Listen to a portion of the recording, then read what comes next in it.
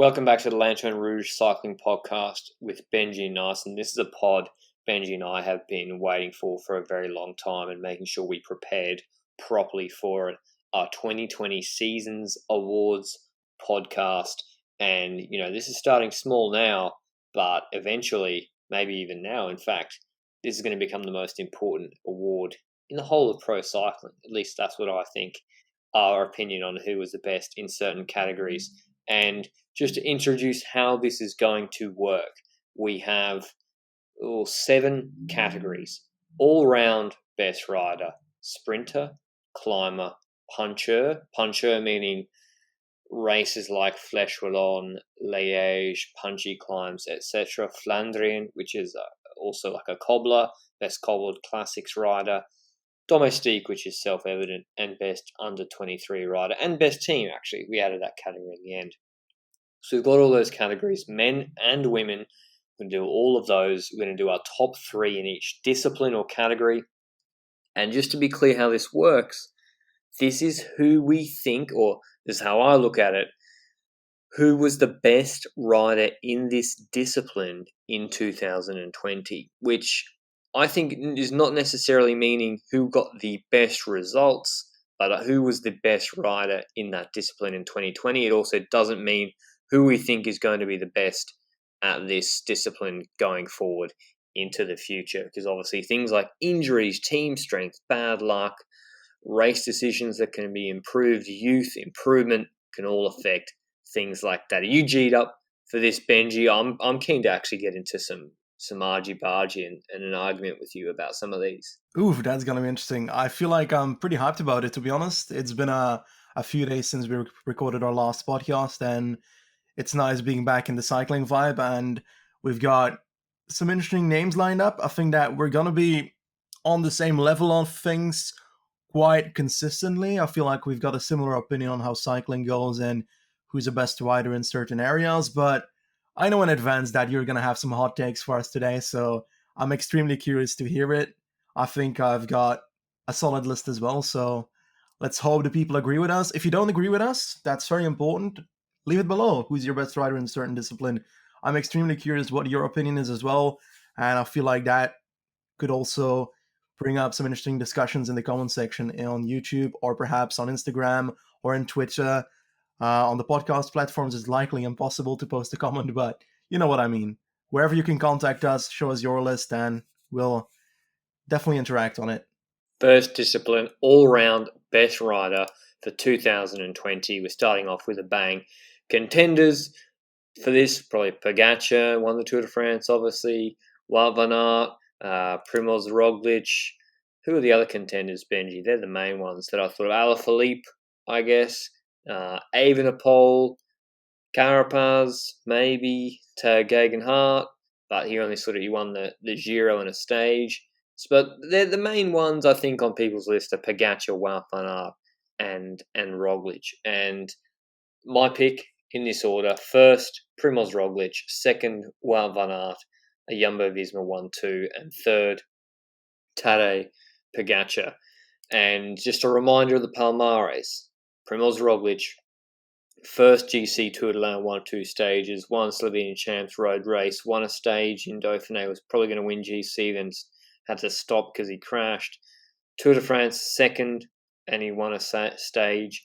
Won Liège, 6th in the World Champs Road Race, won the Vuelta, and won 4 stages, I think. Insane season, historical season. If it wasn't for the Tour de France coming second, it would have been maybe one of the best all-time seasons. But even to do a Grand Tour Monument double like that is very, very rare. So Primoz Roglic is my first rider ahead of his teammate Wout van Aert. I think maybe if Liège had gone a bit differently with the Alaphilippe deviation, maybe it would have bumped Pogačar up a little bit. Who knows? But what's your list, Benji? I've got a very similar list, but I do have a change in that. So I decided to, like you, put the third spot for Tadej Pogačar due to his Tour de France performance, and also just playing a role afterwards, because you can be good and win a Tour de France, but if you only do the Tour de France, it's kind of only the Tour de France, even though the Tour de France is obviously a great race. But he also played a role in the World Championships, that early attack, and then Liège-Bastogne-Liège, he almost won it. And we will never know if he would have won it. same for the other riders in that group, if that deviation was not there by Alaphilippe. But all in all, he is definitely a rider that deserves to be on this top three. He is also extremely young, and perhaps it's quite easy to forget that he's got so many years to come. Obviously, that doesn't play into this award, but I feel like that's a pretty important factor for the future. This man is only just starting his legacy, and I feel like we're going to see so much more of this man, and also in different disciplines, because he's saying that he might want to ride the cobble races quite soon. He wanted to ride RVV this year, decided to put it off as planning and end the season a bit earlier after quite a dominant victory there in stage 20, taking that Tour de France home. And I feel like the third spot in an award is always the hardest one, because I feel like I've got a lot of people that are like fighting first place versus second place for all these awards. And that shows that the first and second place in this award, Wout van Aert and Roglic, for me were extremely difficult to put in first and second. I feel like if I had to be honest, I'd put them both on the first place, have no second place, and Pogacar third. But for the sakes of this award, I'm gonna actually go the other way. I'm gonna put Wout van Aert in first and Roglic in second. I'm gonna explain why. So you said it. Roglic, unbeatable post-COVID in the preparation races, Tour de Land, so forth, dominates the Tour de France in a rather defensive fashion, which ends up partially causing his defeat in the race. Coming back from a ruthless defeat in that Tour de France, he wins LBL, plays an important factor in the World Championships as well, and then wins La Vuelta to crown a masterful season. So that is quite an incredible performance. But Wout van Aert has that similar comeback vibe to me. He also came back from something quite ruthless, that almost career-ending injury last year, and he lashes out only 1 year after that injury, topping every other rider in the field for a complete month in racing. Strade, MSR, silver at both World Championships, Road Race, and ITT. This is just being one of the best all-round riders in the peloton right now. And I feel like Wout van Aert has that tiny bit extra, because he also was a supportive rider for other people, for Roglic himself, in the Tour de France, while he most likely would have gotten a free green jersey if he didn't. So I feel like the fact that he was such an important domestique helps him in this award for me as well. Yeah, I get where you're coming from. I just don't think his Palmares are there just because he didn't get the Ronda. I think if he wins the Ronda, then it maybe changes things. And if he wins one of the ITT or the World Champs and the Ronda, then definitely does it for me. He's also hampered, as you mentioned, by being a domestique. You know, if he wins the Tour de France green jersey and like 4 or 5 stages, and then maybe the Ronda, then again that's a crazy season. But I just the Roglic, like the weight of his Palmares were just too much. So that's why I had to go with him in first. And the way he just Jumbo Visma, for better or worse, just choked every stage race they were in. They just controlled every stage race, and everyone was scared of Roglic. And every time they got to the finale, it would just be the Roglic show most of the time. On to the women. This was a lot easier for first, I thought. It's clearly Anna van der Breggen. She won Flesh again. She won Giro Rosa.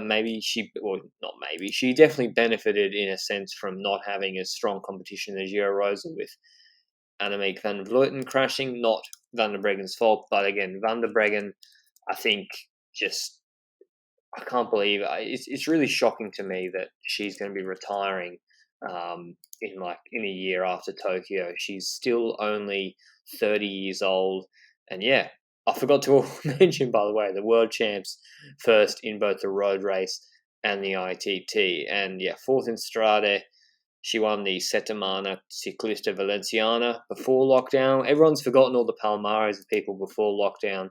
But yeah, clear first for me. Van Vleuten second. She won like 6 races in a row before lockdown, and it was still looking very strong in Giro Rosa, and I think she probably would have taken it out, to be honest. But that crash really derailed the latter half of her season. And then last, I actually have Elisa Longo-Borghini. Now, the contenders for third were Lizzie Deignan, maybe Ludwig, maybe Viebs, but I think mainly Lizzie Deignan, her teammate on Trek Segafredo. But I think Longo-Borghini just did it for me with both results before lockdown, then just consistency. 5th in Strade, 5th in Flesh.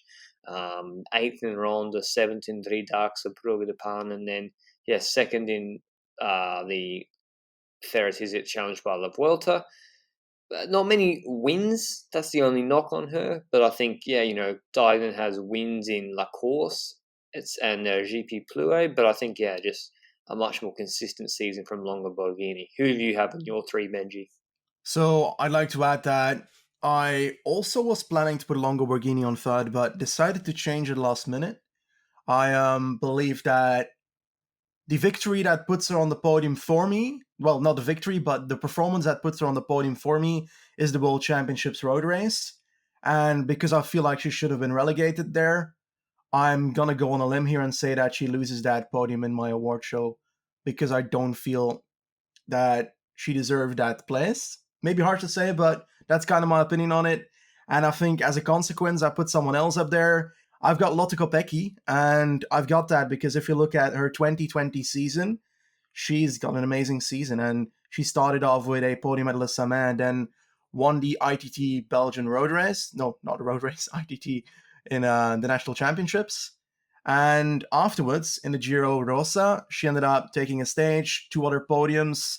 She ended up winning the Belgian road race, 4th in Brabantse Pijl, 2nd in Gent-Wevelgem, 3rd in the Tour of Flanders, 3rd in Brugge-Bonne. So it's like the consistency of good results as well, the same way that you said for Longo Borghini, that the consistency of performing well throughout the season is what put Lotte Kopecky on the 3rd spot for me. But I've got a very similar top 2, and it's actually exactly the same. Annemiek van Vleuten with a wonderful first start of the season. I think if she didn't have that injury, she most likely would have dominated this award as well. It's harsh to say, but I don't actually think so. I just think it would have been closer. Yeah, I think I don't think her punch is that, even without the injury. I'm not sure her punch is up to maybe winning Liège or Flèche ahead of Van der Breggen. So it might have been closer. Maybe she wins the Giro Rosa, and then I still think Van der Breggen would have won that World Champs road race. But we'll never know, I guess, how much the arm affected her. We'll never know. On to the next one. I mean, I assume, Benji, you're going to be putting a Belgian in every single category at this point. Is that how this is going to work? Even in the sprinters category? Is Philipsen making his way into your list? I'm afraid not, actually. He's not making it in my list. And I'll go ahead and I'll take the first lead on this sprinting thing. I have a top 3 of sprinters, and quite simply, I've got, and you're not going to like this, I've got Caleb Ewan on 3rd. If we have Get the fuck out of here. If we have to give awards on who has the best sprinting abilities over the last few years, Caleb Ewan would be first. For me, this award is, like you say, a combination of, well, mainly being the best rider in a discipline this season, but you're not the best rider in a discipline this season if the results don't continuously back it up. And I feel this year, Ewan does not have the results to continuously back up that this season he was the best rider as well. Uae Tour, we've got a victory by Ewan as well, and Milano-Torino, he was 2nd. This is, I think, the only time next to the Tour of Wallonie where Arnaud Demar and Caleb Ewan were against each other in the same race. In this race, Arnaud Demar beat Ewan. In the Tour de Wallonie, Demar dominated. Only one time Ewan actually took the first spot. And that is why Demar is, for me, a tiny bit higher this year as best sprinter in the season. And that's why I put Arnaud Demar in 2nd place. Now, you're going to be like, oh, I don't know. Who's going to be first then? It's not Philipsen, I can tell you that. I've put Sam Bennett in first. Despite Demar dominating the Giro, I have some connection with the green jersey being an important factor for also the sprinting ability. If that green jersey winner won it by winning sprints as well. And I feel like Bennett went to the Tour de France and to the Vuelta, and at the Tour de France, he was the first pure sprinter. I'm not going to say that he can't do intermediate sprints. He definitely can because he did. But he's one of the first purer sprinters that had the ability of battling it out with Sagan on a discipline that, well, is so Sagan-driven in the last few years. And it is indeed because Sagan was worse at the Tour de France, but it does give that special thing for me that decides me to put that Sam Bennett on the first spot. And not only does he do that in one Grand Tour, he starts battling it out in La Vuelta as well, and proves once again that he is indeed on that level. Now, you could argue that it is the De Koning sprint train effect. And I agree. It is. I agree. Look at Viviani. Yes, but I still believe that judging someone to be the best sprinter also depends on the team that is around him. Because last year, Viviani was with one of the better sprinters of the year. And that is indeed because he was at the Koning, but it plays an important factor. It plays a role in being the best sprinter on which team you are. If you put Ewan on the Koning, then he's most likely going to be the best sprinter, because Mørkøv is a goddamn god at lead outing. If you have a team and you can work well, collaborate with that team to bring yourself the victories, that is something special as well. He has the ability of sticking in that goddamn wheel of Mørkøv, who does some crazy shit in sprints. And as a consequence, I've got Bennett in first, Demar in second, and Caleb Ewan in third. I've got it in reverse order. I got Ewan first as the best sprinter in 2020, Demar second, Sam Bennett third. The quick step effect, on paper, you can see it. And then when you watch these races, particularly in the Vuelta, where the overwhelming dominance of the quick-step lead-out train compared to everybody else, and still Jasper Philipsen is getting a jump on Sam Bennett. Sam Bennett won one stage at the Vuelta. Again, not a great parkour for sprinters, but Philipsen looked much handier compared to him. Scheldeprijs, sprinters world champs, as you said at Benji, Ewan absolutely dusted them off. And I don't think Demar was there, though. Tour de France, again, quick-step, just gift-wrapping stages, or keeping Bennett in good position. Wallonie, it seemed like he got one, Ewan got one, and I think Demar got a couple. Demar as well has, if not the best, the second best lead-out train in the world with Guadagnieri, Scottson, etc. at FDJ, and his Giro stage wins. The competition wasn't as strong, and the other strong sprinters weren't there. His main competition was Sagan, who had no lead-out. And Demar was, talk about gift wrapping some of those stages. He's still got to finish it off. It's not ever easy to win a Grand Tour stage, but if there were some that a top-level sprinter was going to take, it was those Giro stages. So, yeah, I feel like the quick-step effect is so big. And when I watch the end of these stages and how much Mørkøv is helping Bennett, and then when maybe his lead-out isn't there and it's more head-to-head with the other sprinters, what happens? And the fact that I don't really rate the Lotto lead-out for Ewan, that really plays into how I evaluate their performances in 2020. Maybe I'm biased, probably am. Female sprinters, it's clearly, for me, the clear number one sprinter in the world is Lorena Wiebes. Every time it's a flat stage and she lines up, if there was a betting market, I would bet infinite money on her. 3 dags Brugge de Pan, easy, Grote Prijs Jurma, won that. Won Spa-Omloop van Het Hageland. Won the first stage at Ferrotizit Challenge by La Vuelta. Now, I say that, but there was one stage where she kind of messed it up, and that was stage 3 to Madrid. She got overconfident in the last stage of the season. And this rider is an honourable mention, at least Balsamo, 22 years old, I think for Valcar. She'll feature later in my U23 list.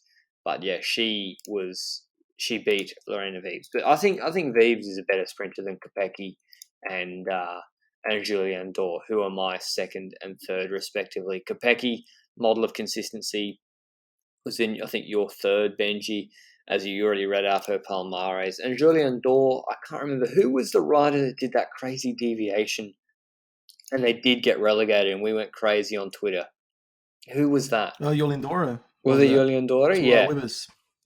Yeah. So, I know she got relegated to the back of that group, and so that's not showing on her Palmares, but she's up there as well. She won Hen-Wevelgem. She came second in Belgium National Champs road race. So that's my list. Wiebes, Kopecky, Dor, 1, 2, 3. What was yours, Benji? I've got one change in it, and you kind of announced it already. Firstly, I've put not Jolien Dora on third. I feel like Jolien Dora has had a good sprinting season, but it's also a bit lacking compared to previous seasons. I don't believe that she was on a similar level as previous seasons, and the fact that she, well, I don't know. I feel like And bulls are stacked. Bulls are like Amy Peters, Chantal van der Black. yes, I think I've put Balsamo on third spot because she beat Wibbers and because she's in that last part of the season actual competition for Wibbers, and that is perhaps due to that mistake that Wibbers made in that sprint. But I do believe that Balsamo was on a level to try and beat the likes of a Jolin Dore then at that point, or perhaps a Kopecky if she was on that same battle as well. But if you look at the second spot, then I've got Lotte Kopecky, same story as I said, as all-round riders. I feel like she's had a very consistent season throughout, and it's mainly performances that include the sprinting ability and also some others. But if you look at the female national championships road race of Belgium, it was such a weird race, I'd say, in the sense that there were basically two riders fighting each other, and then there was a peloton that was with those two riders, and then not with those two riders, and the peloton came back, and then those two riders went away again, and then those two riders sprinted for it. That was one of the most dominant two-rider performances compared to the rest of the peloton I've seen in a long while. And Kopecky outsprinted Dora there, and I feel like I'm of the thought that Kopecky is better than Dora right now as well. I think she got beaten in Gent-Wevelgem by Olin Dora, but you don't take a victory by you don't take a best sprinter trophy or anything by beating your competition once. You need to do it consistently, and I think that Kopecky was more consistent throughout the season. Now, as you said, Lorena Wiebes was basically the best sprinter throughout the whole season. Driedaagse de Pannen, we had Euromaat, Omloop van het Gageland, also Cerotesi Challenge, that first stage, perhaps the last stage of Balsamo. Well, if she handled Balsamo better, she would have gotten it as well, but she didn't, clearly. So that's why I've got Wiebes in first, and Kopecky in second, and I've got Balsamo in third. So yeah, that's it for these sprinters, I guess. What I find interesting all round is that for the male aspect of the Best Sprinter Award, we are giving out a top three. And there's one rider that we are going to feature and have featured in one of these awards already that won basically two of the three sprints he did at the Tour de France. And we don't mention him for Best Sprinter. Is that because he doesn't get the chances to sprint enough, Wout van Aert? Do I think Wout van Aert, if I had to pick a sprinter, if I was quick step, and it was just his sprinting ability, I had to pick one for stages or a variety of races in 2021, would I take Wout van Aert over Sam Bennett? Yes, I would. But do you count Milano Sanremo as like a sprint victory? I guess you do. He beat Alaphilippe in a head-to-head sprint. But I think we're talking about bunch sprinting. Are we talking about sort of uphill punchy sprints? It's I guess how you categorize it. Obviously, an uphill sprint, Wout van Aert's going to destroy Sam Bennett and the rest. Maybe not Demar so much, but yeah, it's tricky. It's more of a definitional issue, and I think maybe he gets. If Wout van Aert was only good at sprinting and he was on a team that just used him as a sprinter, he'd probably be on this list because he'd have won more sprints. But unfortunately, in my view, that's not the way he's used. Moving on to another category, the best overall climber in 2020. I've defined this as climbs. To be a climb, it has to be over 7 minutes, about 6 to 7 minutes. So the end of Puy-Marie counts for me in the Tour de France. Obviously, Peyresourde, 20-25 minutes counts. The 1 hour to Col de la Loze. Very few climbs this year very few climbs are ever full gas for an hour in World Tour level, the big races. But Col de la Loze, 1 hour. Obviously, Miguel Angel Lopez won that stage. But that's how I've defined it. So, punchy finishes, 3 to 5 minutes. I've not really counted as in the best climber as a main factor in my assessment there. Third, Primoz Roglic. Second, Richard Carapaz. First, Tadej Pogacar. If you break the Col de Peyresourde record, if you destroy it, then I mean, there's going to you drop your competition, you drop Roglic, you drop Carapaz, you drop Bernal, then I have to give you the Best Climber of the Year award. Obviously, he got distanced a little bit by Roglic on Col de la Loze, so that counts against him a little bit, and Lopez, obviously, but he lost all the time in the Tour in the crosswinds mostly, and then Planche de Belfi and the other climbs was where he made it up. I think Roglic obviously got a better punchy finish than Pogacar, but yeah, Pogacar as a pure climber is just absolutely class, generational talent. Carapaz I have over Roglic just because, yeah, again, I think you saw on the Tour he was undercooked because he was preparing for the Giro, but I still think he's a top climber, Carapaz, particularly in the longer climbs, maybe not the Puy-Marie ones. Angleroo, he dropped Roglic. And yeah, in the Tour, he was destroying everyone in the climbs as well, even though it was in the break. But I'm keen to see your list, Benji, or see if you've defined it differently to me. I've got a similar list. I have one switch up in that list. I got Carapaz in third, Roglic in second, and Pogacar in first. For me, the ability of being an absolute climber is very similar to how you rate it, but I do value that extra punch by Roglic at the end that the others don't have, because Roglic can be riding at the same effort as the others throughout the entire climb, but always has that tiny bit extra to try and finish off a race. Pogacar has that kind of as well. Carapaz has that less than the other two. I think Roglic is just the better of the three at that. I've got Carapaz in third. I feel like we saw him in a build-up in the Tour de France. Perhaps we could say that Ineos blew it a bit this season when it comes to the planning of Carapaz, knowing that he was planned to go to the Giro, if I recall correctly. Secondly, he didn't get what he deserved. He's kind of the unsung hero of the Tour de France, I'd say, because he was at the Tour de France and didn't perform too well in the first 2 weeks, let's say.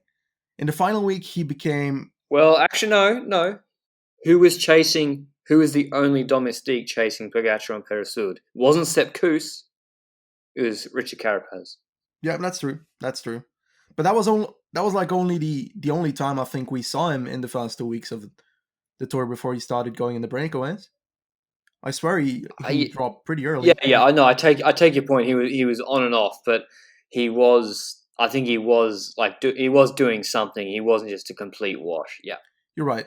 And in the final week of that Tour de France, he changed role once Bernal was taken out of context, and he entered into a breakaway role to try and get something out of it. He tried to go for KOM and tried to go for stages. He felt really close to some stages. The one where Kemna won, for example. Kemna rode away on the last section, just on top of the climb instead of on the climb itself, to Carapaz's surprise, and Carapaz just didn't have it that day, but he got some K1 points. He got some K1 points on other stages. He was amazing on Col de la Loze as well, and was caught on the final Col de la Loze section by the GC group. And looking at this overall performance in the Tour de France, you could say that he came from a role where he was supposed to work for somebody, but didn't deliver to the abilities that you would expect from a Carapaz because he was planned to go to another race. And obviously, in the third week, he totally shifted that around to try and make something for Ineos happen by his climbing ability. The stage with Kwiatkowski and him will stay in my mind forever. Like, generally, that was one of the most notable stages of this Tour de France for me, next to obviously stage 20 as well. They just rode away from Bilbao. Bilbao, who was like top 3 in Giro for 2.5 weeks, they just rode away from him on a climb, not even attacking him. Yeah, and I feel like he didn't get anything out of the Tour de France because he was supposed to get KOM, and Pogacar stole that on the time trial. And next to that, he didn't get the super competitivity because, if I recall correctly, that went to Hershey. He also deserved it, to be honest. So, all in all, he didn't get anything out of that tour, and I just felt bad for him afterwards. And he also had that same thing as Roglic, but also in a less fashionable thing. The fact that Roglic lost the Tour de France and came back. Carapaz lost his goals at the Tour de France and came back from it as well to to a really strong Vuelta. He was above expectations for me. I didn't expect him at that level, to be honest. And I'm extremely glad that we saw that we saw competition for Roglic on that race, and the other competitors in that race weren't there for me compared to a Carapaz who was consistently more entertaining to watch as well. He is just not a very boring climber, and I like that. So he's third. Second, I've got Roglic, and the reason I put Pogacar above Roglic is because I feel like when it's coming to pure climbing ability as a solo rider, I think Pogacar is better. But I think if we count the team of Jumbo, then it starts becoming pretty close. But I think that Pogacar really kind of broke the train of Jumbo in some fashion. He wasn't able to fully do it on the mountain stages, but throughout the whole Grand Tour, he was able to beat a train, and that gives me the reason to put him higher. And obviously, his climbing time trial just showed that he was better that day at climbing as well compared to Roglic. But that isn't to say that Roglic is not a good climber, because, as I said, Roglic had a really good season and has that extra ability to finish it off in the last kilometer, and that is very valuable to me. So it's very close for me, but I've got Pogacar higher because I feel like if it's up to real climbing versus climbing strength at the moment between the two riders, then it's for me a clear victory for Pogacar. It's so hard to do a women's best climbing award with the parameters I've mentioned because unfortunately there's literally no races apart from maybe one Giro stage a year where they have a proper climb to get their teeth stuck into. They did in La Course, I think 2018, they did a proper climb. But so I'm having to do a bit of guesswork and fill in who I think would be the best, and because we didn't really have those this year. I think the Giro Rosa didn't even have proper like a long like a all category I climb. think But stage 8 it's is the Annemiek only one that, yeah. Van Vleuten clearly for me is the best climber. When you look at her season as a whole, particularly those early races she won, then Van der Breggen, then Cecily Uttrup Ludwig. I think Ludwig really gets punished, especially when you look at her frame, how small she is. She gets punished by the lack of traditional sort of parkour. If they just supplanted the men's parkour for a lot of the races in with the big climbs, I think Ludwig would do really, really well. And maybe that's what I'd love to see, which we don't even know which women would be the best. I assume it's Van Vleuten, but hey, maybe she'd get punished for being so lean on like a 6-7 hour day, like a Stelvio day, like we had in the Giro, a properly long 200k mountain stage. I mean, they barely exist in the men's cycling anymore. Would Ludwig do better because she's, look pure climber build? She's really well on the course when they did have that parkour. Would Lizzie Deignan go well? Like, would she really suffer then? Is she more like an Almeida, Alaphilippe style rider? But anyway, that's all speculation and me with my wishful thinking. I still have to give it to Van Vleuten on a pure watts per kilo basis. She's just the best pure climber in the world. And Van der Breggen, punchy climbs. Maybe I'm putting too much punch or emphasis for her here, but still, she won the Giro Rosa GC. She's second, Ludwig third. I've got a different third spot. I agree that Van Vleuten is the better climber because it is the only female rider that I've seen start with a whole peloton in her wheel, start mashing her pedals at the bottom of a climb, and at the top she was gone alone. So, like, Van der Breggen has probably done that as well, but Van Vleuten just feels more impressive on, like, a pure climbing basis for me. Like you say, Van der Breggen seems more tinted towards the the punchier stages, but that doesn't mean she does it on a real punchy basis. Like, she's really good at having that sustained high wattage that other people can't really sustain on a punchy climb, and that is why she is able to beat people at the likes of La Flèche Wallonne and so forth. But I did not have Uttrup Ludwig in third, despite really, really liking the rider.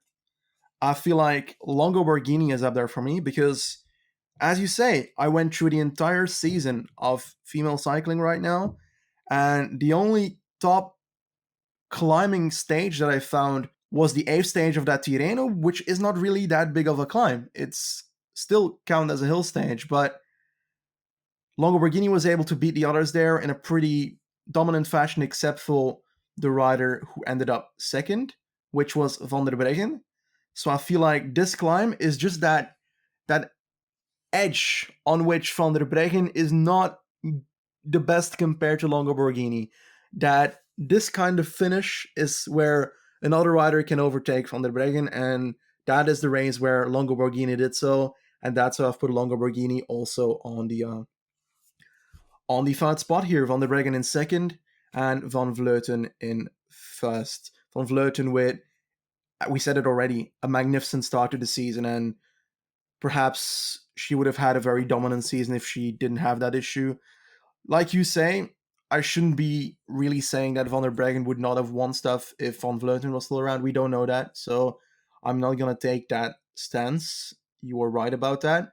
We'll know in Tokyo. Tokyo 2021 is going to be fucking cracked because the parkour is so good. Yeah. The women will have good climbs. We'll know in Tokyo 2021, and we'll probably look back at this list. Maybe it's a younger rider. I don't know, Lippert, more puncher style rider maybe than a pure climber. But yeah, Ludwig. There's a little hot tip for you, Ludwig, for the gold medal next year. I think is a big chance. But puncher, and maybe remind people what a puncher is before we get into the men's list. Regarding puncher, I've always had a bit of a battle with the definition of what a puncher is. According to Wikipedia, the punching term is a road bicycle rider who specializes in rolling terrain with short and steep climbs. I always mistook that definition. I always regarded a puncher being someone that has very accelerated attacks to punch away from people on the likes of smaller hills. And that is where a lot of people have different opinions on what a puncher actually is. And I think I've had a lot of discussions about this, and the other people are most likely right that my definition is completely wrong and the one on Wikipedia is completely right. So we're going to be judging it according to that. A puncher is a road bicycle racer who specializes in rolling terrain with short but steep climbs. So races like the Ardennes, for example. And if I have to take a look at my puncher lists, then it was a very interesting season because we have a new competitor in town. And I honestly had a hard time kind of figuring out who to put third on the list. But I'm gonna say that I've got Primoz Roglic in third. You have to include stage race victories on a punchy finish, not just flesh, right? You're on board with that as well, yeah. So it's parkour, the ones like the wood stage that he won, etc., or the one the Wellens won. That counts too, not just flesh and Liège. Yeah, and as a consequence, that is why Roglic is in third for me. Why is he not in first? Because I still believe that when it comes to punching, acceleration plays a big role. And despite him certainly having acceleration, we saw that throughout the season, there's two riders where I think that is more. And that is the likes of a Mark Hershey, who I've put on the second position. And he was not really at the top yet last season. He was strolling forward. And he showed talent, and he showed that he could be good in the next couple of seasons. I think he was good in Bingback Tour or Belgium Tour, one of the two. I recall him doing some pretty good riding. And this season, he just had his breakthrough. He started off with, quite simply, being dominant in the Tour de France breakaways. He won one stage, almost had 3 stage victories, thinking about it. The one where he ended up crashing in the breakaway, he could have played a serious role. He also had that stage in Port-Toulareux where the GC riders attacked on the final hill and bridged over to them, and they had caught him just 5 kilometers from the line or something. And he had to sprint for it and came in second, I think, behind Pogacar. Additionally, he also had that stage he won, but also the stage at the start where he was following the attack of Alaphilippe, and that is a stage where we got to meet what Hershey is becoming. And he is becoming a rider that can climb. We saw that in the Dauphiné. And as an extra, he is such a good puncher. And he proved that in Flèche Wallonne, where he basically dominated the competition. Alaphilippe was not there though. So that is the only on that result for me. He was third in the World Championships, second in LBL, and there's one rider that was better for me throughout the season at puncher, and that is Alaphilippe. Won the World Championships that way. When they were all there, when they were all there, all the contenders for Puncher of the Year were at the Worlds. That is indeed why I've put Alaphilippe up front.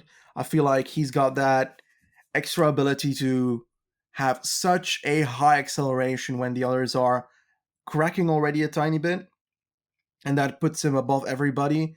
And I feel like we've seen in a race like the Tour of Flanders, a race that does not shout, "Ooh, you're a puncher," but it does help, that he's able to compete there as well makes that so much more special for me. And Alaphilippe, despite having a disappointing Tour de France compared to last year, but then again, how in the hell are you going to beat the Tour de France of last year by Alaphilippe? He's got a really good season. I got the same list as you. I got the exact same list as you. Roglic, Hershey, then Alaphilippe first. What happens to our lists if Alaphilippe doesn't deviate, accepts the loss, and Hershey beats him, and Hershey ends up with the Flèche Liège double plus the Tour de France stage wins on the Palmares? And where did he come in the road race? Third in the World Champs?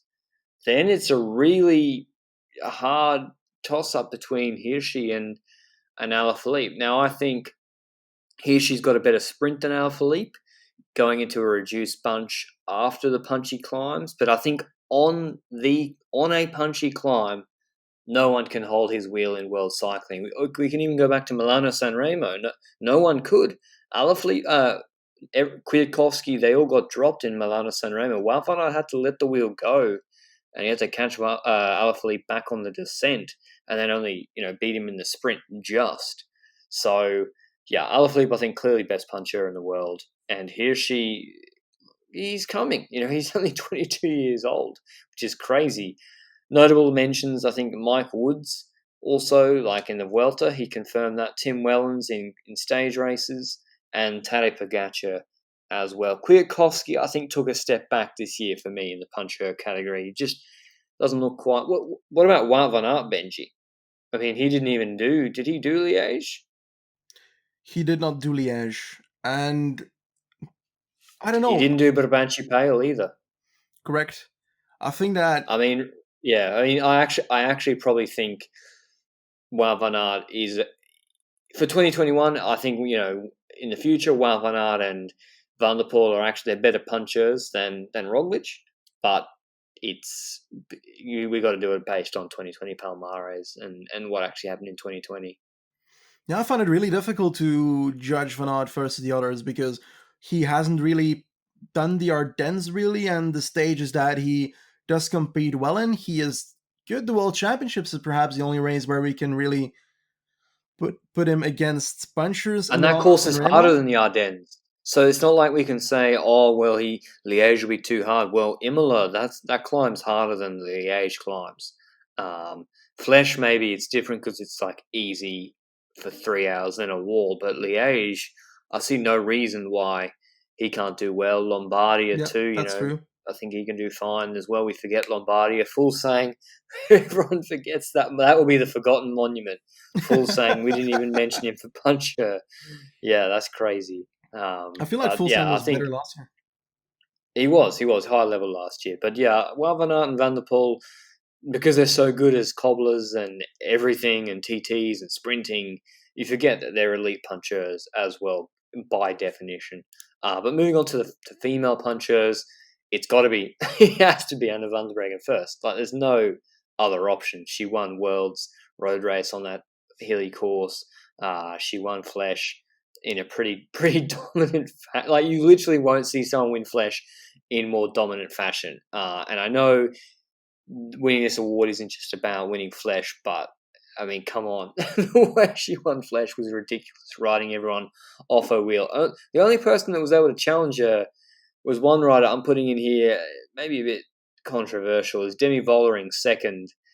I think on a better team, in a better structure, maybe with more support, I think Demi Vollering could be a serious puncher.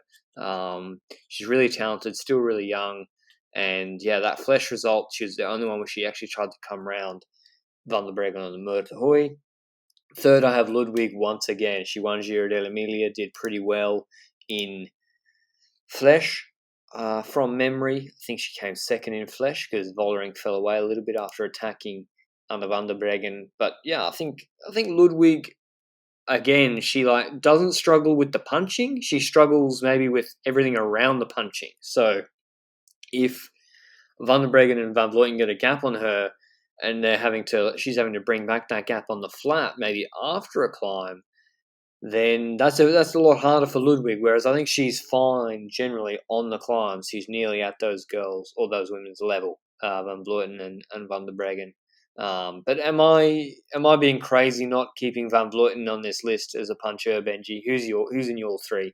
She's not on my list either, to be honest, and I wouldn't have put her in the top 4 even. Like, it's harsh, but I've got a few other names. I don't have the same top 3, and I feel like we're all clear. Van der Breggen is a first. I have Uttrup Ludwig in second as well. You say Emilia. I also remember that third stage, I think, in the Giro Rossa, the finish to Assisi. And that was such a steep short climb. The parkour itself was not very hilly throughout the race, but that finish was such a puncher finish. And Marianne Vos ended up winning that 2 seconds ahead of Uttrup Ludwig.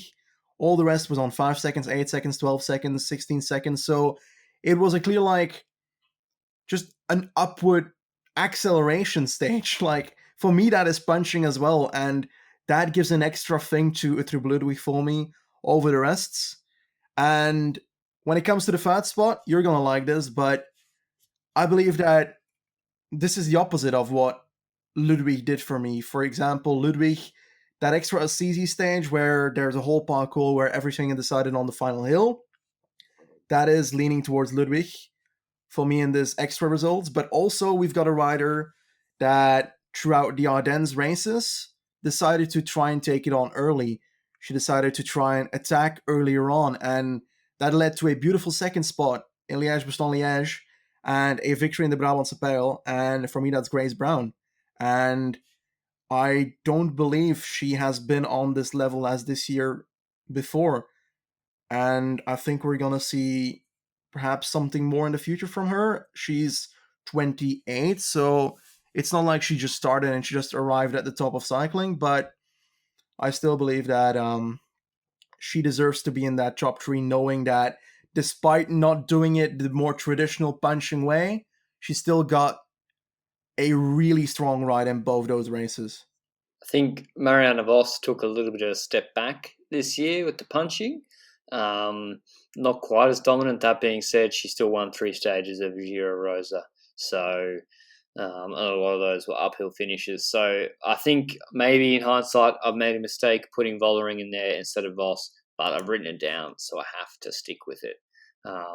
But yeah, I think it's a pretty interesting list. And I think 2021, there's going to be a big shake-up there. Vos 33, Van Vleuten 38, Van der Breggen retiring. We've got these young riders coming in, Brown taking over. I have Brown in the next category because I've blurred the definition of Flandrian and puncher.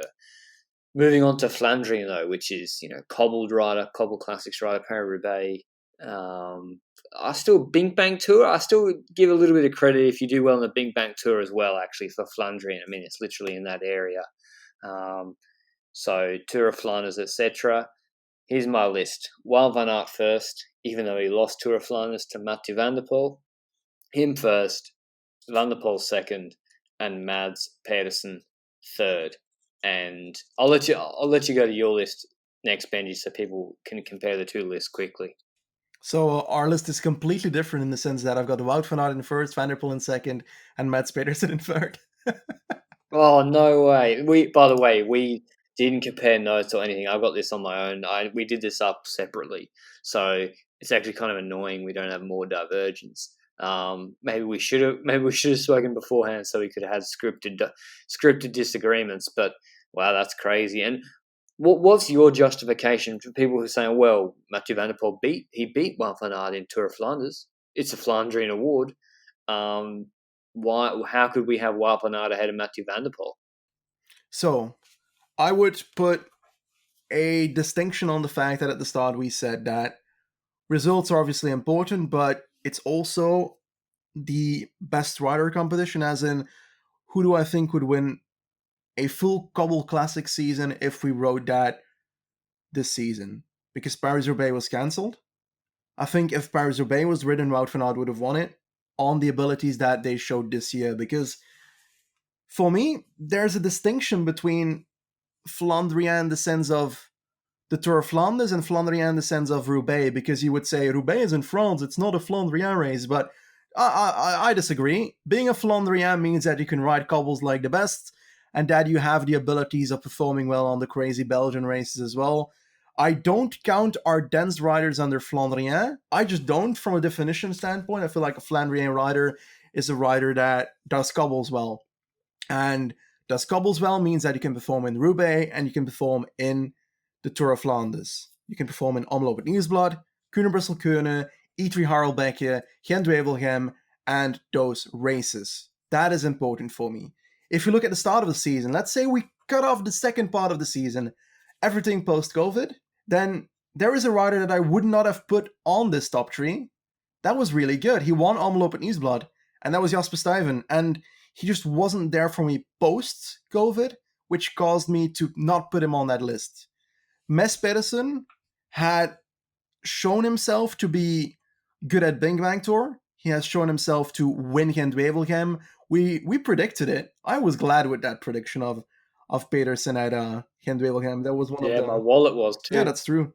And like, if we look at Mes Pedersen, I do believe that he's not on the cobble level of the first two, and perhaps not even on the cobble level of an Oliver Naesen, for example, who I would put as third best cobble rider this season, but that is not the question. And the Seneschal too. I think Seneschal in Paris-Roubaix probably, like Pedersen destroys Seneschal in a sprint, I reckon. But on the cobbles, etc., yeah, you're probably right. Like even Stefan Kung, he got, yeah, exactly. They really got Lampard. They got hurt, I think, by the Paris-Roubaix cancellation, where I think Flanders. I think Roubaix suits those riders more than maybe Flanders, where or especially Gent-Wevelgem, sprinting really, really matters, and maybe on loop a little bit more. But I still think Pedersen, I would have taken him over those riders. I think the quick step guys, just like Bennett, you have to mark down the quick step guys a little bit because, yeah, they're obviously you've got to be good to be in quick step, but being on that team, that classics team, it has to help so much for how good it makes you, how good it makes you look, like Seneschal, Lampard, Askren.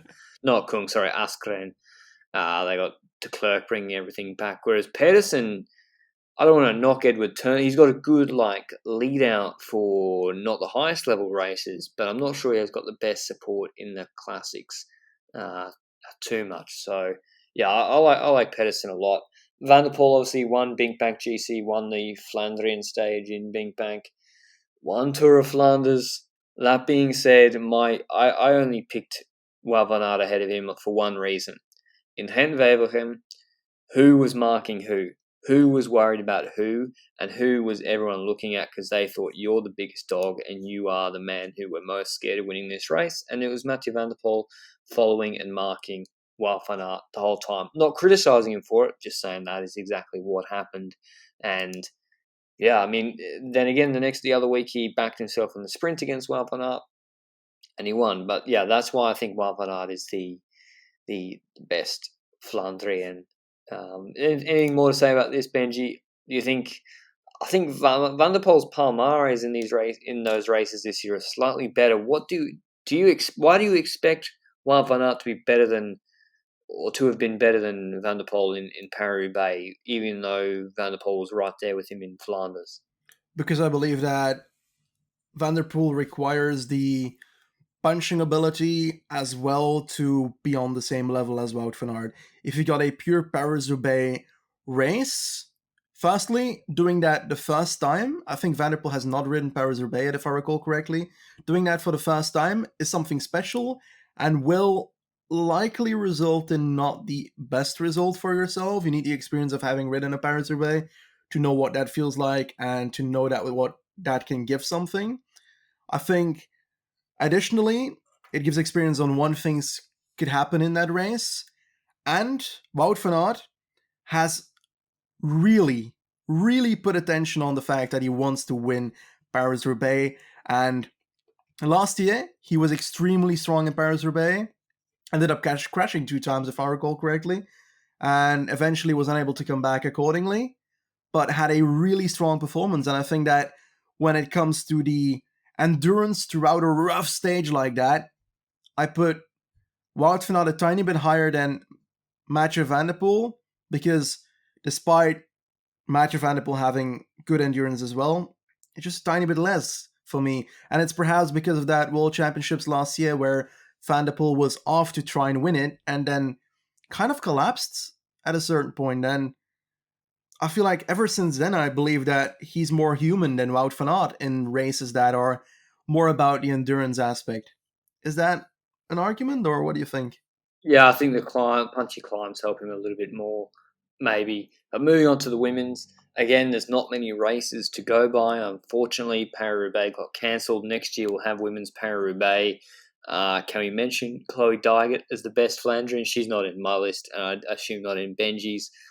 If she makes it, if she makes it over from America to actually compete in the races, I mean, we're 2 weeks into her contract, and a lot of shit's gone down. But I'm sure you've seen my video or my rants on Instagram about that. But I expect her to be the best Flandrian. Well, actually, maybe that's a good discussion. How she'll go, how someone with the best watts, but the worst handling will go in Paris-Roubaix in 2021. Bookmark that for another pod in this off-season. On my list, sorry for that, Lisa Brennauer, first, German national champion. Chantal van den Broek-Black, second. Grace Brown, third. Maybe I've muddied Grace Brown's performance in the other cobbled races, which were a little bit punchier. They were sort of, they weren't pure Flandrian races, but they had cobbles in them, and she destroyed those cobbles compared to the other riders, and that's where she gained a lot of the time on them, and her chasing down Lizzie Deignan was so exciting. Grace Brown. Not always the best tactics from Michelin Scott this year, but yeah, she was really impressive. Brown, one to watch for next year. Chantal van den Broek-Black obviously won Flanders, but that Bulls team is absolutely stacked. You know, they had her, Van der Breggen, and Amy Peters, all of them lining up to attack one by one.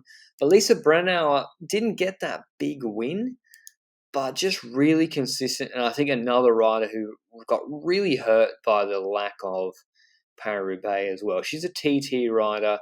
She kind of reminds me a little bit of Cancellara style rider, probably better at Roubaix than Flanders. I would say she's handy in the sprints, but not as good as Wiebes, Kopecky, and Julianne Dor. She's always coming just behind them. Second in Driedags Brugge de Pan, fourth in Flanders, third in Gent-Wevelgem. And she's got the TT ability. She also won, sixth in the European Champs road race, which has a similar, I can't remember if they had dusty roads or not. But yeah, she's good TT rider. I actually had her as my best Flandrian, and maybe I'm projecting a little bit what she would have done had there been Paris-Roubaix. What's your list? I've got Chantal van den Broek-Black in third spot. I believe that winning the Tour of Flanders, not Tour de France, winning the Tour of Flanders. It's your Tour de France. It's kind of is. So Chantal van den Broek-Black won the Tour of Flanders in a pretty impressive way, I think everybody would say. But despite that performance, I feel like the rest of the season she was not on the level that these other two riders were in. I feel like to be best in a certain ability, you need to be consistent in it and not just win it once. And this season, she won it kind of once. Le Sommet, I don't really count it as an all-out Flandrian race, despite it actually being a good Flandrian race. She won it in a similar fashion as the Tour of Flanders. So perhaps Le Sommet is a race that is kind of underrated looking at the profile, honestly. But that aside, I've got Lisa Brenner in second. So we had similar names, I guess. As you say, extremely consistent. She was third in Gent-Wevelgem, fourth in Tour of Flanders, second in the Daagse Brugge de Panne after the deviation relegation of Jolindore. Additionally, she was, well, I'm not sure if I can count this as a Flandrian race, but I often do in the male cycling race, Strade Bianche. And I feel like Strade somehow feels like a Flandria race sometimes because you've got that dusty feeling that you have on the cobbles. And I feel the type of rider as a Flandria also kind of matters on a Strade Bianche, like Cancellara won it, Marco. Sagan won it. Example. And I think my winner is, people are going to say I'm biased, but I believe that there's one rider that was more consistent than Brennauer on these types of terrains, and that is Lotte Kopecky, second in Gent-Wevelgem instead of third, compared to Brennauer. But like you say, likely because that extra ability of sprinting helped a lot.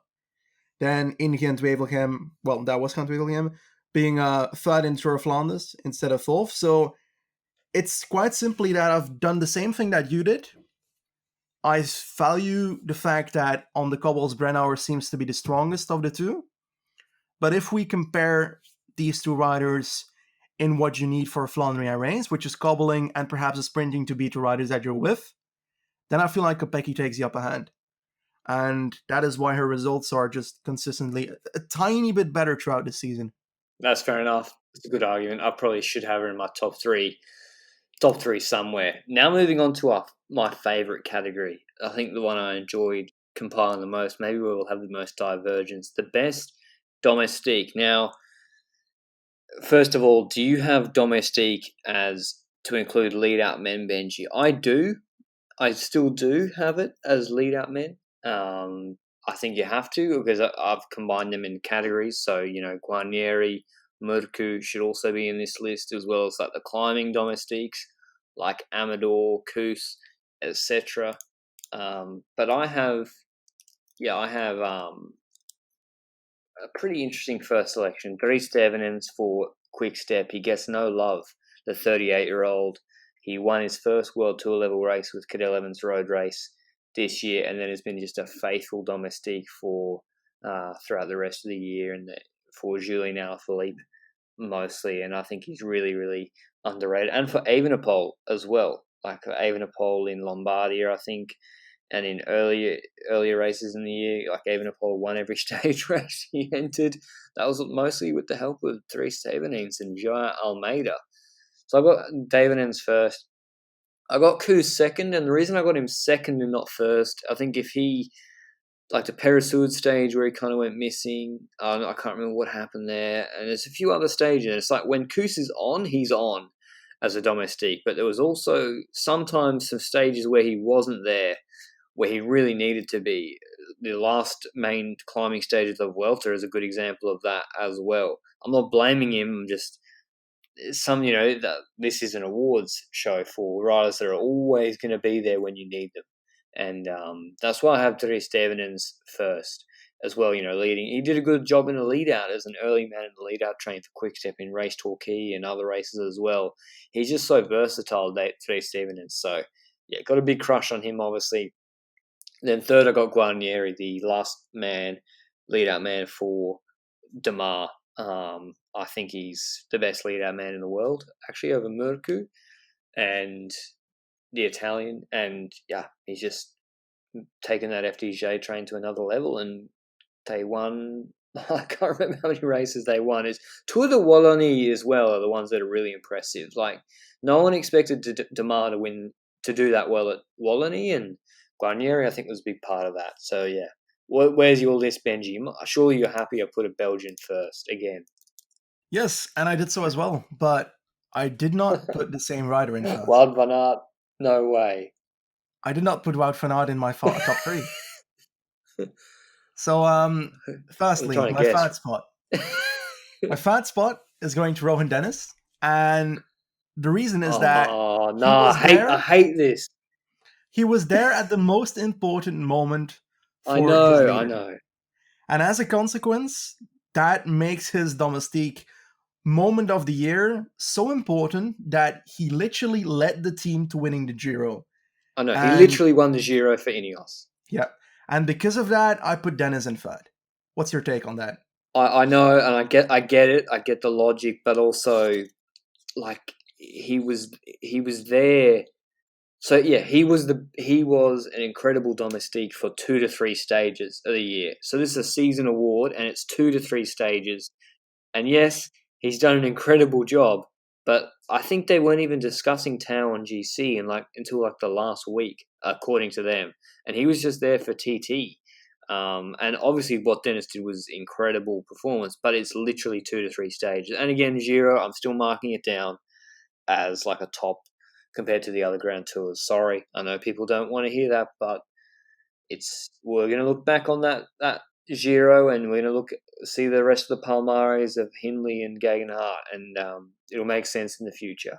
But still, great by Dennis. I just think these other guys I picked had season-long success. But go on, what's the rest of your list? I get your point, and I still believe that the 2-3 stage ability that Dennis showed was important enough to make it into this list. So that's my logic on it. I completely agree that you shouldn't base it on one result, but if the result is so important, then I believe it cherishes into an ability of getting into this award. Now, the second spot, if I could, I'd give it to the entire team, but to make this award realistic, I'm going to give it to Sepp Kuss. Same thing you said. He was consistently the best domestique next to Wout van Aert for Roglic. Why did I not put Wout van Aert on this spot? Because I kind of don't know. The thing is, if it was up to me, then I'd put the entire Jumbo team in second.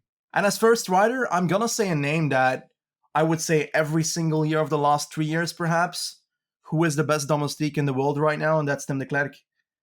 And I believe that he's a bit of an unseen domestique because he's got a role in the team that does not make it that he has to be at the top, at the front of the race all the time. And you've got the Tour de France. In the Tour de France, Tim de Klerk was working every single day almost for the Koenig.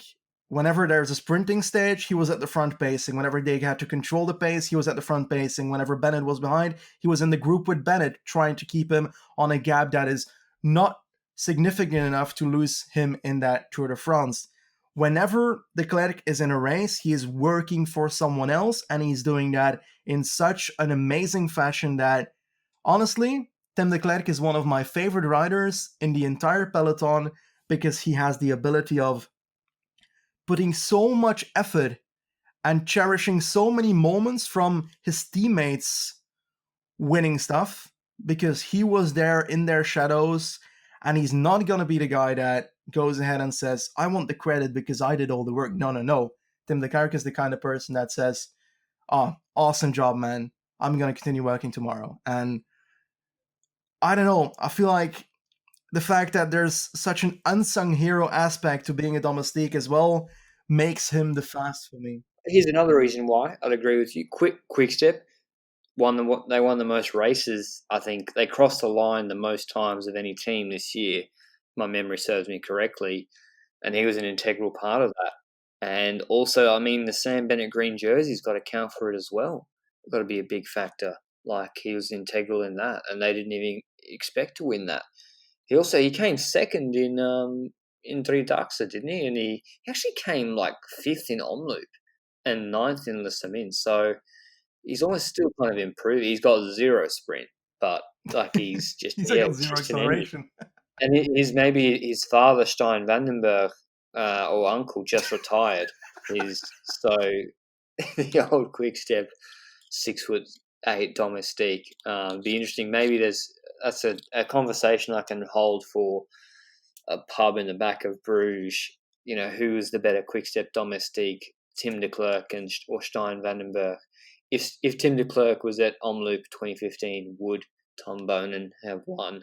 I'm sure that keeps many person in Western Flanders awake at night. Going on to the women's the women's domestiques.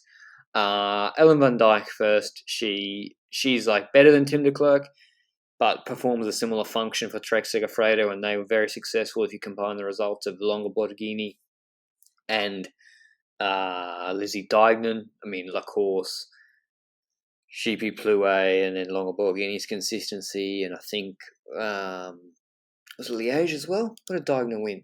I can't remember. What was the race that Brown was chasing? I think it was Liège. Yeah, it was Liège. Well, yeah. So yeah, Van Dijk very, very consistent, and just that engine always doing work for Trek. Even in the last races, she's the one as well. And I count this as doing a Domestique's job when she's not pulling, but she attacks first when they have multiple riders in the group. So that's what Trek elect to do, but it's a sacrificial attack. And like it just forces maybe Bulls or Amy Peters to chase, and we saw that in later races in the season. So she's first, and Amy Peters is second, who I just mentioned. And again, Bulls very successful, probably the most successful women's team this year.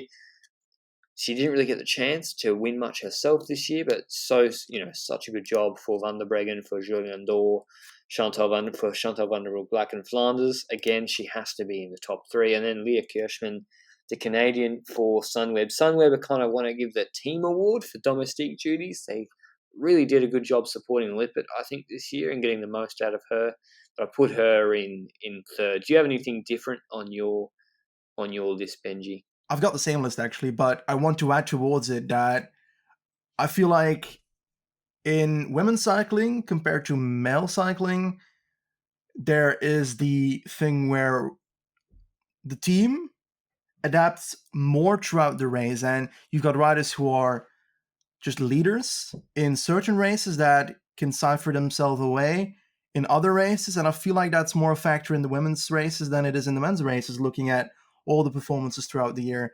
The fact that Boels Dolmans is such a stacked team, but despite being so stacked, the riders that could win races themselves also just ride themselves, their souls out for who is best in that situation, in that specific race, makes it such a great thing. And like you say, Ellen van Dijk is really a rider that is perhaps the most notable domestique role, but she's also not a bad rider. She could win races if the situation suits it. Would we ever see like Alaphilippe pulling for Dries Stevenens? Probably not. It wouldn't really make sense. Whereas, like, I feel like, I don't know, sometimes you see male teams attacking, whereas you'll see Bulls will just use them all as leaders and just all kind of attack and see whoever goes clear and doesn't get brought back, well, they're going to win. We saw that with Chantal Van den Broek Black in Flanders. But that's my list: Van Dijk, Peters, and Kirchmann. Under 23, I think this is, for this year, 2020, obviously Remco Evenepoel is the best rider, under 23 or not, going forward. But for this year, best under 23 rider, I have to give it to Tadej Pogacar. You win the Tour de France at that age, and then back it up with consistent results at Valenciana, doing well at San Remo, etc. I mean, he was our third best rider overall, so by definition, he has to be the best under 23 rider. Hershey's my second, because he just had such a good season. I feel like Liège kind of got stolen from him, to be honest. That's my view on it, that finish. And that would have been an all-time season for a 22-year-old. And Evenepoel, I still have third. I mean, he still won like the fifth most or fourth most races of anybody in 2020. And I know they weren't the biggest races, but Tour de Polonia in particular, as World Tour level, he straight up rode away from the other GC contenders, which included Carapaz, by the way, and won that stage and won GC pretty easily. So I think he won 4 stage races or 3 stage races. I can't remember. But yeah, he has to be on the list for me as, Pogacar, Hershey, Evenepoel. Yeah, and I got to disappoint you here. I've got exactly the same list. I have Evenepoel in third as well. He won every race he finished. San Juan, Algarve, Burgos, Bologna. And perhaps a hot take, but for me, it doesn't feel like a hot take. He would have won Lombardia if he didn't crash. Perhaps hard to say to the eventual winner of the race, but I believe that he came to the top of the Sormano looking extremely comfortable. But then the question is, should he have held on to the wheels of the riders he was in if he perhaps didn't have the descending ability to follow the likes of Vincenzo Nibali, who flew down Di Sormano. And that's something that they need to look at internally. But all in all, even if he made it to the bottom of that descent with 20 seconds behind the group that was like Bennett and Sithol, Vlasov, Fulsang, then I believe he would have come back on the flat valley after it, and he would have likely beat them on the next climb and ridden away from them. I still believe it. I completely believe in it. Well, who's the other contenders? There's not really. Almeida didn't win a race. I know he did so well at the Giro, but he didn't actually cross the line first in any race this year. So you can't put him ahead of Evenepoel. It's really Philipsen is the only other one, and what he won a stage at Tour de Limousin and Bing Bank and a stage at the Vuelta. That doesn't tip it over compared to Evenepoel to me. So yeah, I don't know how you can disagree with our list. Really, maybe you could say Evenepoel did better than Hershey, but no, I think Hershey's the races he won are a much higher level. Yeah, like I've got a feeling that overall, despite these three riders, that I believe that we've got a lot of most promising riders coming up next season. We're going to do a podcast on that pretty soon. But I feel like those three riders were just ahead of everybody. And the others that are also promising are perhaps not on the level yet that they can be in this award and have the results to sustain being in this as well. Because you can always say the best U23 riders, but results also matter for that, obviously. And for that, Evenepoel could have been in the top two of this, but he wasn't. If he would have won Lombardia and perhaps had a big role to play in the Giro, then he would have had a chance to competing with Hershey and Pogacar. Hershey coming second, he was, like we said before, just dominant in breakaways in the Tour de France, and his Ardennes Classics were off the charts for a rider his age. Pogacar won the Tour de France at the age of 21, so I don't think we need to add too much more to that sentence because that's fucking crazy. What's your take on the female ones? Well, Lippert won. I mean, the women's riders, they have a youth award. There's a UCI youth award. I wouldn't mind this. I mean, I don't actually think it's a good idea to introduce it to the men's because they're already all wearing the leaders jersey of the races. So they never actually get to wear the jersey. But there's a jersey for best young rider in the overall UCI competition. That was worn by Lippert pretty much the entire year. Since her win in Cadel Evans road race and how well she did in Tour Down Under. She came first in my list and in that award. Second, maybe I got this a little bit more on potential, and I think, the other riders like are young but not in this age bracket like Ludwig, but Balsamo beating Viebs, that's got to count for a lot, in my view. And yeah, I got her in second. Hold on, I'm just checking. Lorena Viebs is an under 23. She is. Well, that doesn't make any sense. Okay, so Lorena Viebs is second. She's still 21.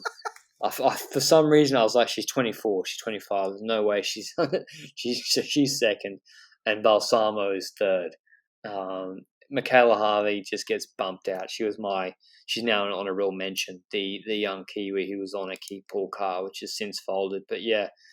Lorena Viebs, what she won, 3 Daxa, we already read out of Palmares. Like, she's the best sprinter in the world. She's only 21. Lippert, more consistency. She really didn't seem to progress the way I thought she would be and be competing against the big dogs. Like in the later races, she looked really, really good at Cadels and Santos. But yeah, I think at Giro Rosa, she was like 5th, 4th, 6th, etc. on all those punchy stages, always behind Longo Borghini, Voss, Ludwig, and Van der Breggen, and Van Vleuten, etc. But then second in Brabantse Pijl was pretty nice, but she does have a pretty strong all-round team at Sunweb. But that's my list. I think her consistency has to win it for me. But yeah, I think I'm finding it hard to pigeonhole Lippert and see, what sort of rider she is. Does your list differ from that? Maybe you got Weebs first, Benji. She actually probably has better overall wins. I had Weebs first, but I also just feel like there's a lot of young talent in female cycling right now. And the likes of a Cavalli, a Ragusa, Yeah, and Fisher Black, for example, just so much young talent, and I think it's looking really promising for the future. I've got Wibbers in first. I looked at it in a similar fashion that you did. The first two riders were indeed the performances of this year. I have Wibbers in first, Lippert in second, and I had Balsamo in third as well, just because of that beating Wibbers. But I feel like the third spot, despite me putting Balsamo there, could be challenged by so many riders at the moment. And that's promising. That's great. And I hope that all of these amazing female cyclists can bring themselves forward and make this sport even better than it already is. So I'm really intrigued by the riders. Like, doing research for this female list, the U23 list, I was thinking of a few names directly, but looking at all the palmarès throughout the season, I went through so many different names, and I was like, "Ooh, she could be third as well. Ooh, she could be third as well." And it's really intriguing, and that's awesome. So yeah, I just wanted to add that part to it. But indeed, Lorena Wibbers, if you're that young and if you're the best in a discipline, then you're straight up being the best U23 cyclist in the world as a female cyclist right now. So I think that's roughly a similar take that we have on U23. But I think the last discipline that we have, right, is best team. Best team, it's got to be Tacony Quickstep. They topped the teams comp, I think, once again on PCS, didn't they? Or maybe I know on the UCI list that Jumbo Visma topped it, but I refuse to give it to Jumbo Visma. Just because you got the most talent doesn't mean you get to be the best overall team. I think sort of DS decisions and race tactics factor into that as well. So yeah, on UCI list, I think Jumbo Visma were the top, but yeah, I think De Koenig.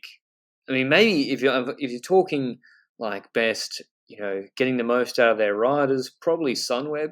Like I know we bashed them for the Hindley stuff and Kelderman stuff in the Giro, but still, like we didn't expect like Hindley to even be there, and then how they used Soren Kranissen and Hershey was really impressive in other races. Here, Kranissen good in Pink Bank, and Hershey so good in the Tour. But yeah, I went with De Koenig just because the volume of wins they got this year. I can't remember how many wins they got, but yeah, just they won just stages constantly. They always dominate the preseason.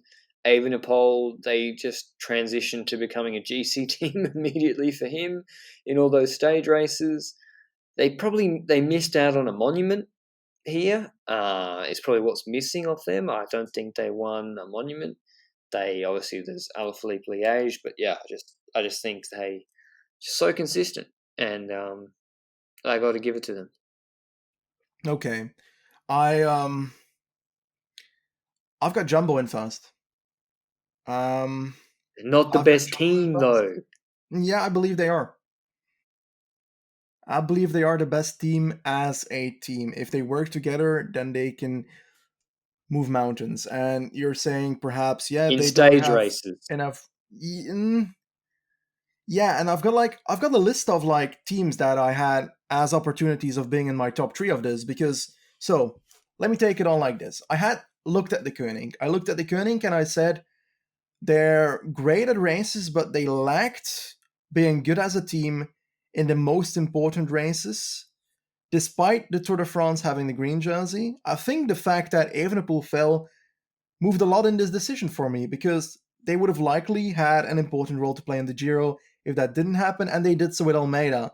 But I still, perhaps you're right on that. Like I'm rethinking my teams, and I think about a lot of things. And you said Sunweb, a team that did not have an almighty armada at the start of the season, but they've grown into an absolute army of young talent. It's crazy, but that doesn't make them per se the best team for me. So they're not in my top three. Ineos, arguably one of the best team performances in years at the Giro of 2020, 7 stage wins, but they were extremely lacking in the Tour de France and the Vuelta. So I've got a pro and a con for Ineos. I've got Jumbo being at the Tour and the Vuelta being an absolute beast, and they have riders to do well at the other races, but that doesn't make them the best team at those other races. So that's my lacking part as well. So I've got a pro and a con for Jumbo, and I've got a pro in the Koenig that, I don't really have a con in the Koenig. So yeah, I thought about this a lot. I put Jumbo in first, and you're actually twisting my thoughts here, and I might dare to switch it around to the Koenig being first on my awards as well. The big one for me is the lack of performance from Turnison and Co. in supporting Wout van Aert. I just feel like Wout van Aert was doing it all on his own, even in San Remo. And maybe I'm being a bit. I think Grondal Janssen actually, did a good job for him maybe in or Vingegaard in San Remo, but I do feel like he just wasn't getting as much support in the latter half of the season in some of the 1 day races, particularly in Hand-Favelhem as well, comes to mind. So, yes, stage races, they got Koos, Hessing, Bennett and co. It is probably the best stage racing team overall with Roglic. Well, it definitely is. Yes, we don't like the way they use their riders sometimes, but that doesn't mean they're still not the best team. But yeah, I had to give it to De Koning, and I feel like De Koning, they got really hurt by the Jakobsen, who, by the way, was on the bike this week. Jakobsen would have won a lot of races this year. He would have been in my top 3 sprinters. I think he's better than Bennett, or was better than Bennett for sure. He's just a beast. But yeah, that that's a counterfactual. That's not what happened. But yeah, De Koning maybe had a bit of an unlucky year with 2 of their youngest promising riders getting injuries like that, and they still won all those races. So I still think they're the best team overall. Women's races, I had to give it to Bulls Dormans. I kind of like the De Koning Quickstep of women's cycling, just so consistent. But I think this is clearer. They did benefit from Van der Breggen straight beast moding in races like Flesh, but it's not just her. Like, you saw the way they can use Peters, Chantal van den Broek and Julian Dor and Van der Breggen just interchange with that flexibility that Benji mentioned, the adaptability. And I don't have the stats on how many races they won, but I'm pretty sure they won. They won the most. They crossed the line the most this year.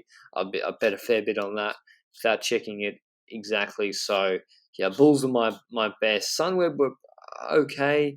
Trek Segafredo were clearly second. Not that I'm doing a top 3, but they just didn't have as many race wins or the big wins as Bulls. I totally agree, to be honest. Bullmans is just a more complete team in the sense that they've got so much strength in so many different disciplines, and they keep on performing. And if one rider is not at their best level, then someone else will take their place. It's kind of mad, and I feel like on that aspect, Bulls Dolmans is the strongest team.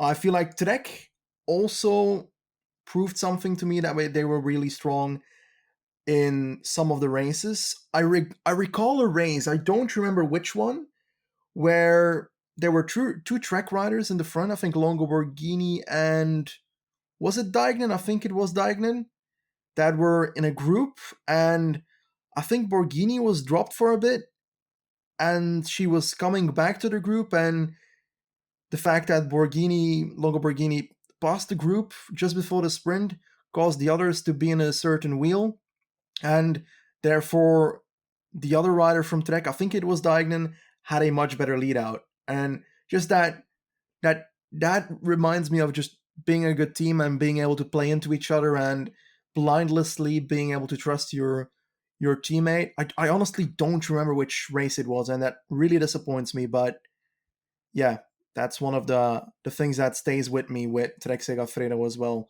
this season. But I think you can't really top Bulls Dolmans in female cycling at the moment. I think that was the course that you're talking about, where they worked over Voss. That's the one that sticks in their mind, where they played off Dignan and Longo Borghini as some of the best tactics I can remember in the 2020 season. They executed that so well. But this has been a long one. I'm not going to remind you of our list. We might write them down somewhere. But yeah, best overall rider. I think we both had Roglic. Benji and I, seems we agree on many more things than I initially anticipated, which is disappointing. I don't know, Benji. Do you think these lists are kind of, apart from the Domestique one, which is very subjective because there's literally no race wins for them directly? It's quite close. It's not really close this year. Maybe the second and third spots, but I feel like Roglic and Pogacar as climber, Alaphilippe as puncher. That's really, I don't know how anyone could disagree with Roglic all round, Pogacar climber, Alaphilippe puncher. The sprinters ones I think is the spiciest one. So let people know if I'm a big, just crushing on Caleb Ewan way too much and I need to get a grip. That might be the case. But yeah, what do you think of our awards wrap up, Benji? Did I change your mind on anything? I think you changed my mind on a few things along the way, but I had to stick with them. And yeah, maybe do we send the riders anything? Do we send them like a gift or just some like a Twitter like or something? How about a virtual high five? That seems Oh wow, how much is that worth from us? From us, billions and billions. Not jokes aside, I've got a good feeling about how we did this award show, and I feel like we have a good basis on the fact that we looked at all these races quite ineptly to actually be able to give this to riders as a virtual prize somewhat. So you know what's crazy, Benji? Yeah. You know what's crazy is how easy this is to do and remind yourself when you actually watch the races, which the people that make the Velo d'Or award, which sucks, do not. Clearly, they do not watch all the races. And a lot of people riding it that somehow earn a living from cycling do not watch all the races. Yeah, and I don't get how, like, we split this award up between male and female because it's literally impossible to compare both. And then you've got awards like the Velo d'Or that just awards it to male and female at the same fucking trophy. So obviously, but dude, they only give it to the male because Van Vleuten had the greatest season of any cyclist in 2019, and I don't think she didn't win it or even come top 3. Well, she doesn't win it because as a sport they value male cycling more, and for me, it should be relatively equal as much as possible. I know there's a financial aspect to it that is very difficult to fix. We talked about it not for this. Before. I made a video about this. You just have to spend $30 on an extra trophy and hand it to Van Vleuten. True, exactly. And say, here's the women's award for being the best female rider. They already do it. I said in the video, I did it last year, and they didn't learn. And I said, look at football or whatever. Like, this is not like there's hard stuff to fix for women's cycling. This is not the hard stuff for the award. Like, just do the different ones because the women literally don't have the same races to compete against. Yep. Yeah, we're getting too fired up. This was a really good pod. I enjoyed it. I hope you all enjoyed it. Make sure to leave us a comment wherever. You know where to find us: Instagram, Twitter, on the YouTube video of the pod or on the channel, etc. And let us know your thoughts. And yeah, we're trying to do at least weekly, sometimes 2 weekly. Bring them out on a Monday afternoon or probably morning Europe time, and to get you through your week. I'm not sure if anyone's commuting yet. But yeah, I got to go back to sleep. Don't want to get back on that bad sleep schedule. Thanks for joining me, Benji, on your Saturday afternoon, and we'll see you later. Ciao.